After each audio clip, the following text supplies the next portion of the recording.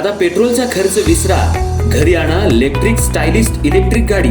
100% भारतीय बनावटीची electrics EV electric गाडी आता उपलब्ध। 5 वर्षांची वॉरंटी, आकर्षक कलर्स आणि स्पोर्ट्स डिझाइन। एकदा चार्ज करा आणि 100 ते 140 किलोमीटर पर्यंत रेंज। अत्याधुनिक सर्व्हिस सुविधा, लोन सुविधा सुद्धा उपलब्ध। आजच भेट द्या साई मोटर्स, किसान चौक, इचलकरंजी। संपर्क 93 73 27 57 52 किंवा 0230 299 77 66। नो पेट्रोल नो टेन्शन, इलेक्ट्रिकचा स्मार्ट पर्याय।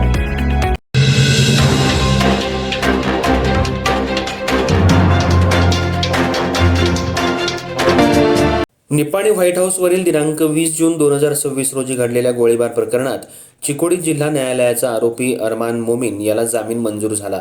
आरोपीतर्फे ॲडव्होकेट रोहित पाटील आणि SS दोडमनी यांनी काम पाहिलं।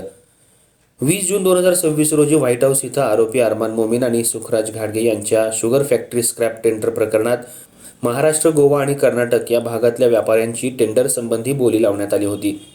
या ठिकाणी अरमान मोमीन याला सदरचं टेंडर मी घेणार आहे असं सुखराज घाडगे आणि 15 साथीदारांनी दांडगाव्यानं आणि शस्त्राच्या सहाय्यानं अरमान याला भीती घालण्याच्या प्रयत्नातून झालेल्या गोळीबारात अरमान मोमीन याला चिकोडी जिल्हा न्यायालयानं जामीन मंजूर केला।